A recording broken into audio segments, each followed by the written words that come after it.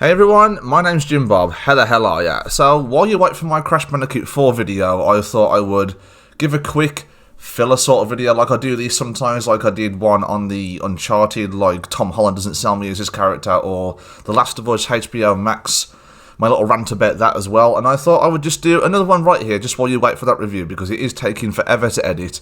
So it's going to be completely unscripted because I literally do not have the time at the moment to script any sort of video at all while I'm working on that Crash 4 video.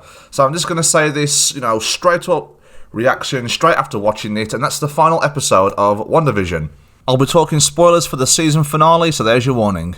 Now, I seem to be the only fucking YouTuber on the planet that hasn't talked about WandaVision so far, and why? Because everybody's talking about it, so I really didn't see a point. My video's not going to get any attention whatsoever, but I have to talk about this final episode, because while overall I enjoyed the show, and I thought the things that they did in it were really interesting, the way they blended 50s sitcom all the way to modern MCU, there are some issues that I do have with this final episode.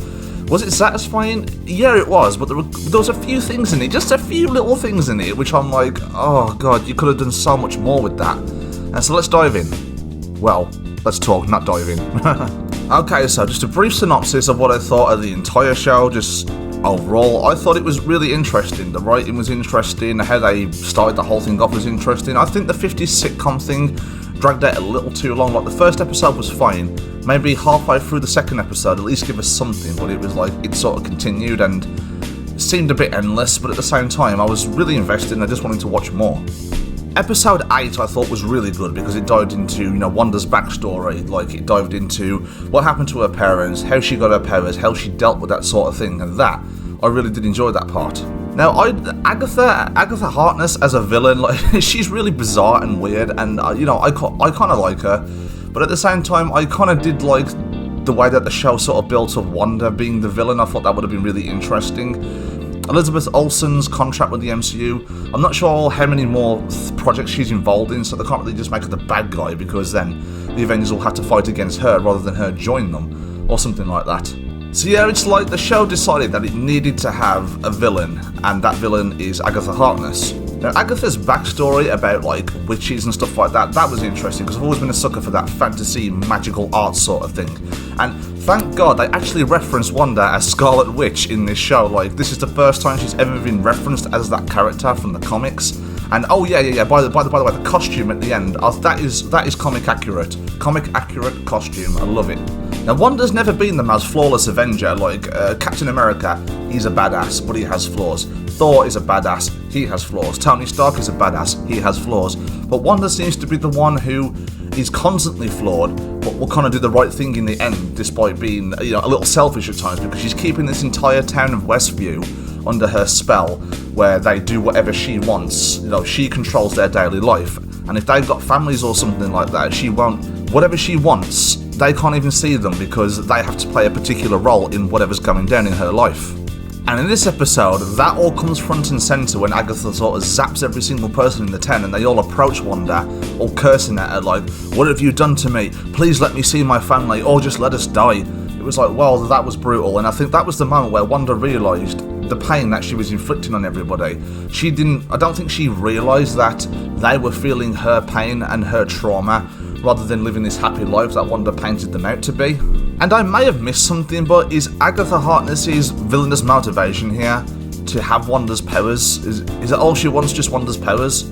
If I've missed something, please let me know down below in the comments, because sometimes these things fly over my head, but it seems like Agatha's only villainous motivation is, I'm going to do all this bad stuff because I want your powers, I want to be as powerful as you. I mean, it sounds like something that a creepy, all-powerful witch would ask for, so I suppose it's not bad. Well, it's not bad at all, it's just weird to me. And I keep wondering to myself, how much money went into making each of these episodes, because some of the special effects are incredible. They rival, say, MCU films.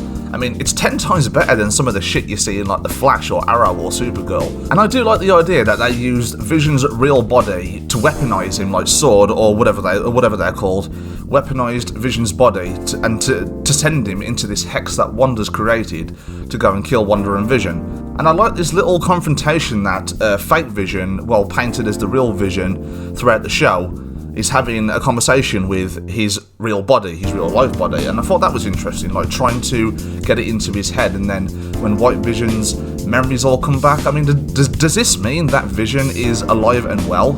I really don't know, because it sort of ended and didn't really leave off at that. He goes, I am Vision, flies up to the sky through the roof of this building, and then that's it. We don't really see that version of Vision again, so I don't know what's going on here. But I'll get into the two main gripes I have with this final episode, and it was teased for like a while that there was going to be some kind of surprise cameo, and I mean, there's been a lot of surprise cameos in this show. I mean, you've got Evan Peters' version of Quicksilver. I thought that was amazing. This surprise cameo at the end was just... Hey guys, sorry for the interruption, but I had to tweak this video a little bit because I fucked up on some details, but basically... I just want to clarify that I didn't follow any of the fan theories or conspiracy theories going around in the show on who the surprise cameo was. Like, I didn't know who to expect. I didn't read anything. I didn't watch any videos explaining who it might be. So that's not the reason I was disappointed in this. The only reason I was disappointed in the surprise cameo was basically because it was just Vision. Now, I mean, I know that it's supposed to be the real Vision, but Vision has already been in the show from the beginning, whether it was the real one or not. So seeing Vision again wasn't all that surprising to me. And I don't know if it was just me, but I wasn't that blown away by it. It was just like, oh, okay, it's Vision. Yeah, so the reason why I had to add this little piece in was because originally I thought that the scroll at the end, or scroll, whoever you fucking pronounce them, I don't care. Scrolls are boring. I thought that was the surprise cameo to begin with, to be completely honest with you. But after having a chat with my friend, I realised that Vision is actually the surprise cameo. So yeah, I wasn't let down because it wasn't Doctor Strange or Magneto or anything like that. I was let down simply because it wasn't that surprising to me at all. And now I'm going to get into my final gripe of the show, well, this episode anyway. Evan Peters' Quicksilver. If you don't know, he's Quicksilver from the X-Men films. And that version of Quicksilver, I think, is better than the MCU version of Quicksilver that we got in Age of Ultron. Now, I was really, really interested to see this guy pop up in the show, because I was like, oh, hang on, is Quicksilver coming back in some shape or form as this actor? Because I thought this actor was a better Quicksilver than this actor.